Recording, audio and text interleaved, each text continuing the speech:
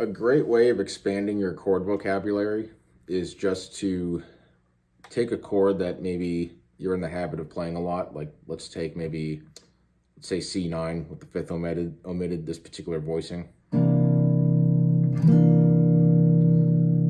So we take this chord and we're gonna take all the possible inversions we can take of this chord. So remember, when we take an inversion, we're just kind of moving the notes up along each string on guitar when we take inversions on guitar. So, I mean, for example, a lot of people learn triadic inversions. So like if we took C major, that'd be root position. This is first inversion. This is second inversion. Back in root position. But we can also do this with four-note chords and things of that nature. So if we take this C9 chord, let's look at the inversions we can take from this to try to get other voicings kind of into our chord vocabulary. So here we have the root, third, the flat seven, and the ninth. Now those four notes we can almost think of as like a scale on the fretboard. So we have the root, the ninth, the third, and the flat seven.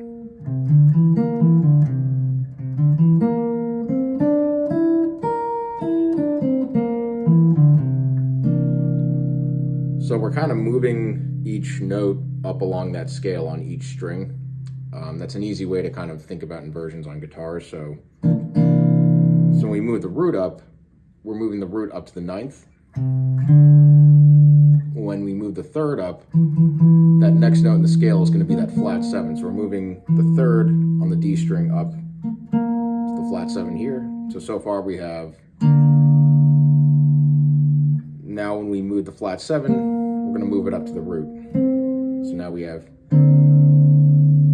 when we move the ninth, we're going to move that up to the third. So now we have,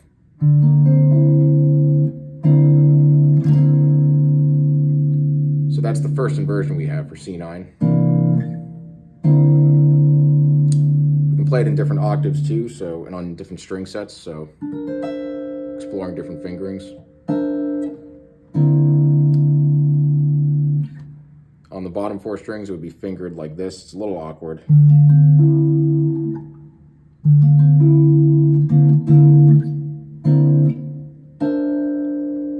But in any case, that's kind of a voicing we can use for C9.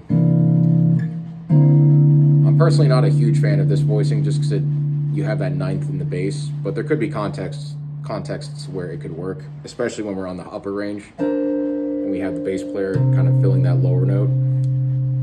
But in any case, that's one inversion we can take. Now let's look at the next inversion. So the next inversion, we're going to move the ninth up to the third, the flat seventh up to the root.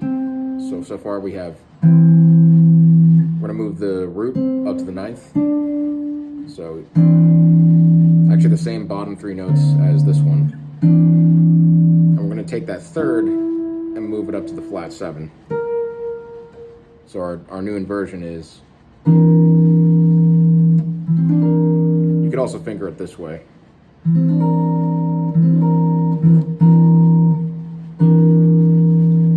If we did this on the bottom four strings, actually a little awkward, a bit of a stretch on the bottom four strings, but this one's a little more doable in my opinion, this fingering. This one as well. We could do it an octave higher. Since the frets are closer together on the upper range of the instrument, this fingering isn't as bad if we're up an octave.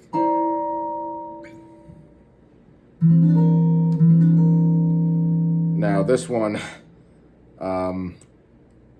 this fingering is a bit much. If we did it like this, I'm sorry.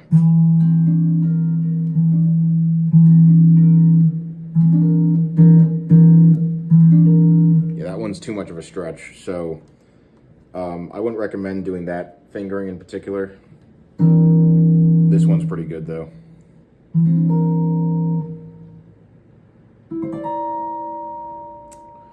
Okay, so that's the second inversion that we have for C9. So we have, now what about the next inversion? So we're going to move the third up to the flat 7, so that'll be here. We're going to move the root up to the 9th. So far we have those 2 notes. We're going to move the 9th up to the 3rd. So far we have those notes. And we're going to move the flat 7 up to the root. So now this is our new chord, our new inversion. And actually on the bottom 4 strings, this is actually a pretty common chord that guitarists will use for any kind of C dominant or C mixolydian type chord. They might put the 13 on the top, make it a flat 9, sharp 11.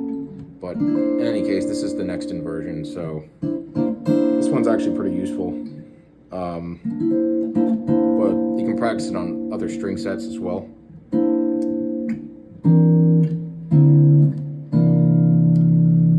And if we practice that third inversion on the lower 4 strings, so we go, let me see, so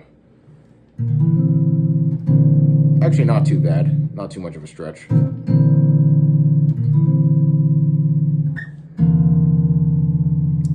The lower range one for the second inversion to me is a little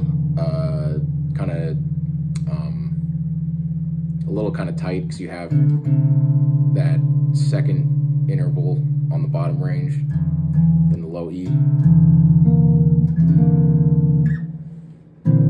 This one I think sounds okay.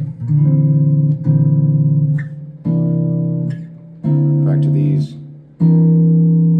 Let's see. Also finger that original C9 voicing on the top 4 strings.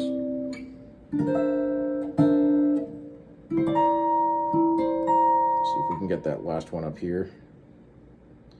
A little tight.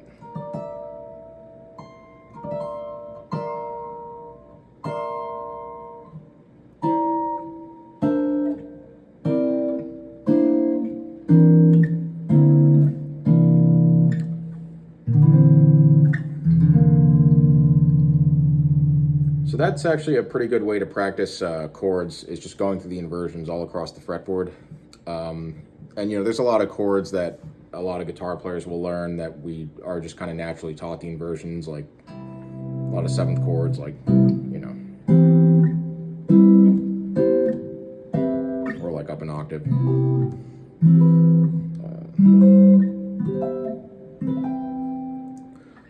But sometimes we don't think about as much some other chords that we may use, you know, like these 9th chords, and exploring the inversions with those, or even these kinds of chords. So it's a great way to expand your chord vocabulary, is going through the inversions of a lot of these chords that you might be in the habit of using. Not every inversion will be like super helpful for you to maybe practically use, but it's good to know them. There may be other contexts too where you could use that exact voicing, but maybe like in a different harmonic context than, you know, like the chord that you're deriving it from while you're practicing the inversion. And so another thing just to mention as well, like we were on C9, we can also take that second note up, so in this case the 3rd, and just raise it up an octave. So now we have, we're on this string set.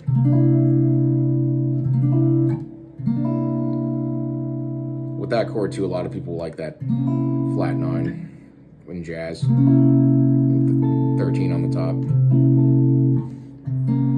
But right now we're doing the natural 9, just for practice. So we can also explore the inversions for this kind of chord as well. So let's just go through that right now. So right now we have the root, the flat 7, the 9, and the 3rd. If we move all these up that 4-note scale that we talked about earlier, we would have the 9th, the root, the 3rd, and the flat 7. I'm not a huge fan of that one.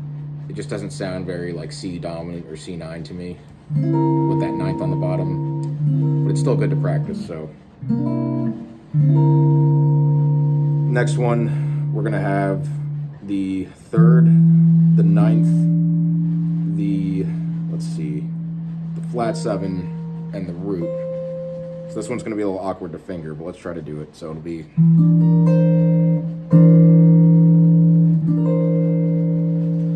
we could also finger it this way, which makes it a little crazy because we're using the full string set. I probably have a slight preference for this one. I'm not a huge fan of this one either. It's a little wide for me, not in terms of the grip, but just the intervals themselves. They're a little wide. Obviously, you know, except those, but these ones are a little wide. Again, still good to practice though. So we have this one. Then we're gonna move the third up to the flat seven. So up here, the ninth up to the third, flat seven up to the root, and then the root up to the ninth. So let's see if we can do that. So let's see. Here we go. This is a better fingering.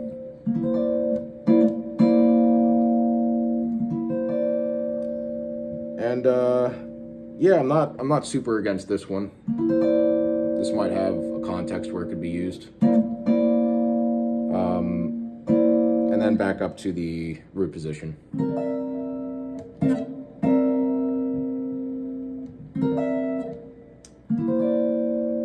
And let's see.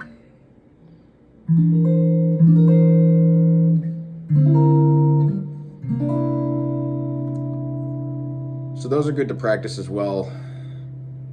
Again, I'm not personally a fan of some of those inversions we got from that particular C9, but again, this is just a good way to kind of explore other possibilities, other types of voicings of chords that you might kind of be in the habit of using. So practice this with other types of chords, like you could do C major 9. Again, you can raise the third up an octave, so now you have, explore the inversions of that chord as well. You could do C minor 7, C minor 9, explore the inversions of that. Again, you can raise this up an octave, so now you have, and explore the inversions of that. You could do C dominant with the sharp 9, or flat 9. You could do like 13 chords as well, so like, you know, those types of chords. Explore the inversions of those. But yeah, that's pretty much it. This is a great way to explore other possibilities of different types of voicings you can use, again, in different types of contexts. It doesn't have to be just a C9 context per se. You could use these types of voicings in other types of harmonic scenarios, which I'll probably talk about in another video, but that's pretty much it. That's all I wanted to talk about today.